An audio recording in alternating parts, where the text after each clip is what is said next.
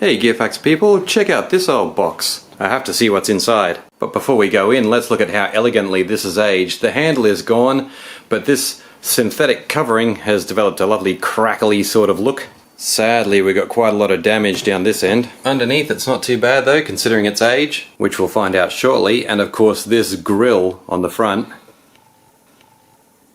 is just beautiful. Strange looking metal accessory here. We'll try to figure out what that's for. And have a look at this fascinating interior. I noticed that there's a chopped cable here, which is a bad sign. Somebody might have tested it and written it off. But just as a museum piece even, look at this magnificent control panel. And here's a close-up of the label. Senior 16mm amplifier, manufactured by Precision Engineering Company, Proprietary Limited, Sydney, Australia. Serial number looks like CS411, so maybe less than 500 of these ever made. Who knows? Let's have a closer look at the speakers. Well, it's pretty hard to see much in the way of significant detail. Clearly they're roller speakers, Australian made, and if we pan in this way a little bit, we can just see that they were manufactured in 1947. 29th of April to be exact. Okay, we've got a weird crossbar here of some kind with a little deadbolt at the end, but no hole for it to go into. Maybe that has something to do with this.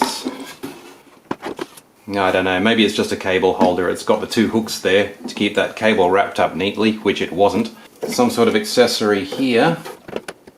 Seems to be linked to this dial somehow.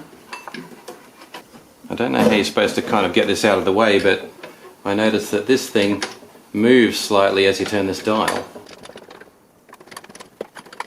And that's about as deep as it goes, so I don't know what that's for. Could it have something to do with the accessory I showed you a moment ago? If you've got any ideas, let me know.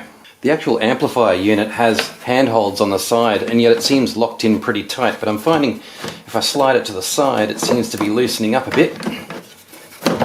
Oh, that hurt slightly. Oh, here we go. Okay, one 1947 amplifier.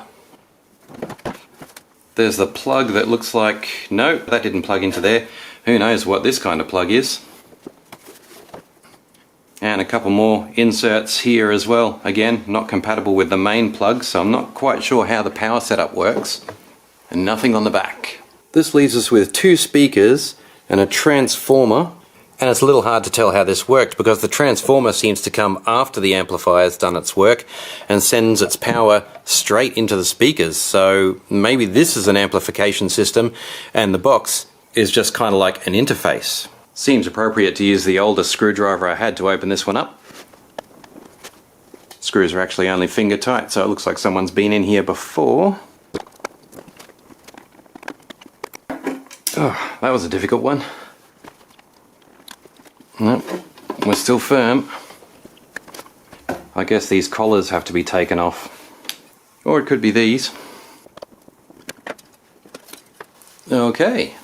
We've got three big transformers, a whole lot of vacuum tubes, and now we can see how this nifty little mechanism works.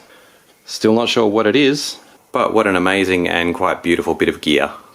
I love these controls, gain and tone.